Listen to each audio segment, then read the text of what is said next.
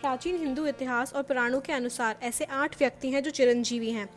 यह सब किसी न किसी वचन, नियम या श्राप से बंधे हुए हैं और यह सभी दिव्य शक्तियों से संपन्न है। योग में जिन अष्ट सिद्धियों की बात कही गई है वह सारी शक्तियाँ इनमें विद्यमान हैं। इन 8 चिरंजीवियों से संबंधित श्लोक हमारे धर्मशास्त्रों में कुछ इस प्रकार है। अश्वत्थामा बलव्याजो हनुमांश्च विभीषण कृप परशुरामश्च सप्त एते चिरजीविनः सप्त एतान संस्मरे नित्यम मार्कंडेय अष्टास्मम जीवे द्वशतम सोपी सर्वव्याधि विवर्जित।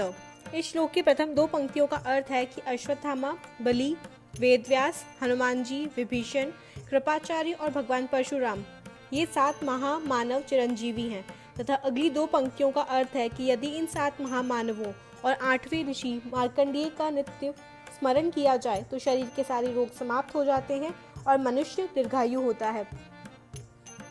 Hello friends, welcome to my YouTube channel story time with Riya और मैं हूं आपकी रिया।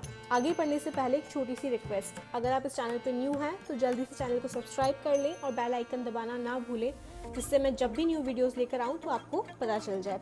सो बिना टाइम वेस्ट किए आगे बढ़ते हैं और जानते हैं इन चिरंजीवियों के बारे में। पहले चिरंजीवी हैं दैत्यराज बलि। राजा बलि के दान के चर्चे दूर दूर तक थे। पाताल लोक तथा भूलोक पर अपना अधिकार जमा लेने के बाद राजा बलि ने इंद्रलोक पर भी अधिकार कर लिया था। इसके पश्चात सभी देवताओं ने श्री हरि से निवेदन किया कि उन्हें मुक्ति दिलाई जाए। तब भगवान विष्णु ने ऋषि कश्यप के पुत्र रूप में वामन अवतार में जन्म लिया और कुछ समय पश्चात राजा बलि के दरबार में पहुंच गए, बौने ब्राह्मण का भेष धरकर भिक्षा मांगने। दानी तो था ही बलि, तो भगवान ने मांग ली 3 पग धरती और बौने ब्राह्मण को देखते हुए राजा बलि ने घमंड में चूर होकर हाँ भी कर दी। अब भगवान ने अपना विराट रूप धारण किया और एक पग में धरती, दूसरे में स्वर्गलोक और तीसरा पग राजा बलि के सिर पर रखकर उसे पाताल लोक पहुंचा दिया। क्योंकि राजा बलि ने अपना दान का वचन पूरा किया और श्री हरि के आगे अपना मस्तक कर दिया था, इसलिए भगवान विष्णु ने उन्हें अमर होने का वर दिया और कहते हैं आज भी राजा बलि सपरिवार पाताल लोक में निवास करते हैं। दूसरे चिरंजीवी हैं भगवान परशुराम, जिन्हें श्री विष्णु भगवान का छठा अवतार भी माना जाता है। भगवान विष्णु के इस अवतार का जन्म धरती पे अत्याचारी राजाओं के नाश करने के लिए हुआ था। ये महर्षि जमदाग्नि के चौथे पुत्र थे और जन्म के समय इनका नाम राम था। इन्होंने भगवान शिव की कठोर तपस्या की और जब शिवजी ने इन्हें इनका फरसा या परशु सौंपा, तब से इनका नाम परशुराम हो गया। कहा जाता है कि श्री विष्णु भगवान के कलयुग में लिए जाने वाले कल्कि अवतार के युद्ध कला के गुरु भगवान परशुराम ही होंगे। तीसरे चिरंजीवी हैं संकट मोचन हनुमान जी। हनुमान जी जन्म से ही बल, बुद्धि और पराक्रम में निपुण थे। उनका शरीर वज्र के समान कठोर था, इसलिए उनका नाम वज्रंग पड़ा और इस प्रकार वो बजरंग कहलाए।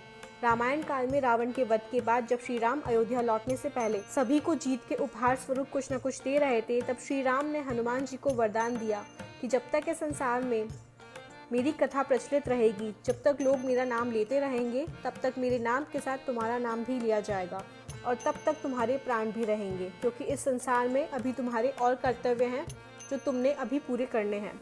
कहा जाता है कि हनुमान जी भगवान विष्णु के कल्कि अवतार की सहायता करने के लिए इस धरती पर आज भी जीवित हैं और उन्हें इच्छा मृत्यु का वरदान भी प्राप्त है। चौथे चिरंजीवी हैं विभीषण। रावण के छोटे भाई होने के बावजूद विभीषण ने युद्ध में श्री राम का साथ दिया और रावण के वध में श्री राम की सहायता की थी। इसी कारण विभीषण को घर का भेदी होने की उपाधि भी मिली थी। धर्म का साथ देते हुए श्री राम की तरफ से युद्ध लड़ने के लिए रावण वध के बाद श्री राम ने लंका नरेश घोषित कर विभीषण का राज्याभिषेक भी किया और उन्हें अमर होने का वरदान भी दिया।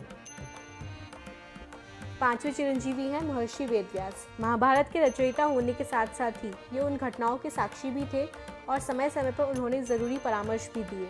वेदव्यास ऋषि पाराशर और सत्यवती के पुत्र थे। सत्यवती ने बाद में हस्तिनापुर के राजा शांतनु से विवाह किया, लेकिन उससे पहले ये शर्त रख दी कि सिर्फ उसकी संतानें ही हस्तिनापुर की राजगद्दी पे बैठेंगी, जिसके चलते शांतनु के पुत्र देवव्रत, जो कि गंगा के पुत्र थे, ने प्रतिज्ञा ली कि वो कभी हस्तिनापुर की राजगद्दी पे नहीं बैठेंगे और न ही कभी विवाह करेंगे और हमेशा धर्म की रक्षा करेंगे। इसी प्रतिज्ञा के कारण वो भीष्म कहलाए और बाद में महाराज शांतनु ने उनकी इच्छा मृत्यु का वरदान भी दिया। महर्षि वेदव्यास सत्यवती के पुत्र थे और शांतनु से बाद में सत्यवती को 2 पुत्र हुए, जिनमें से एक युद्ध में और दूसरा विवाह के समय अकाल मृत्यु को प्राप्त हुआ।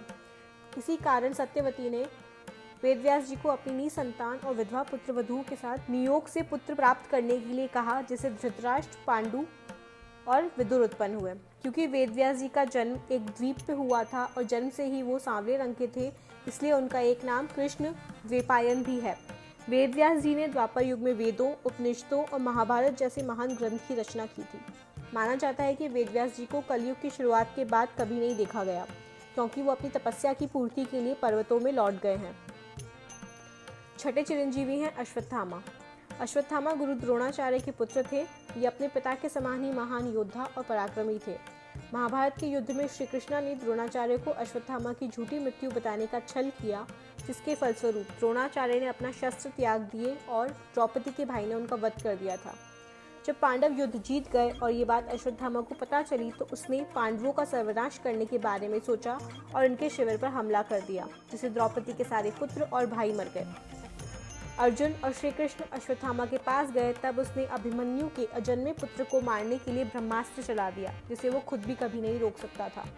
तब श्री कृष्णा ने सुदर्शन चक्र से वार करके उसकी मणि, जो जन्म से उसके पास थी, उसके शीश पर थी, उसे छीन ली और उसे रोग ग्रसित होकर कल्पांत तक जीवित रहने का श्राप दे दिया। तब से आज तक अश्वत्थामा इस धरती पर भटक रहे हैं। लोक कथाओं के अनुसार मध्य प्रदेश के बुरहानपुर जिले के पास असीरगढ़ नाम के किले में अश्वत्थामा के देखे जाने की कई कथाएं प्रचलित हैं। वो आज भी शिव जी की उपासना करने वहाँ के मंदिर पे जाते हैं। सातवें चिरंजीवी हैं कृपाचार्य। कृपाचार्य महाभारत काल में कौरवों और पांडवों के गुरु थे और अश्वत्थामा के मामा थे। इनकी बहन कृपि का विवाह गुरु द्रोणाचार्य से हुआ था। ये महाभारत युद्ध में कौरवों की ओर से लड़े थे। भीष्म और द्रोणाचार्य के बाद इन्हें हस्तिनापुर का सेनापति घोषित किया गया था। इनकी धर्मपरायणता, निष्पक्षता और तपस्या के कारण ही इन्हें अमर होने का वरदान प्राप्त हुआ था। आठवें चिरंजीवी के रूप में जाने जाते हैं ऋषि मार्कंडेय।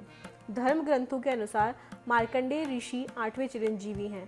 ये मर्कंडू ऋषि के पुत्र थे। जब उन्हें कोई संतान नहीं हो रही थी, तब उन्होंने अपनी पत्नी के साथ घोर शिव आराधना की, जिससे शिव भगवान ने प्रसन्न होकर उनसे पूछा कि यदि वो गुणहीन दीर्घायु पुत्र चाहते हैं या गुणी अल्पायु पुत्र, जिसकी मृत्यु 16 साल में ही हो जाएगी।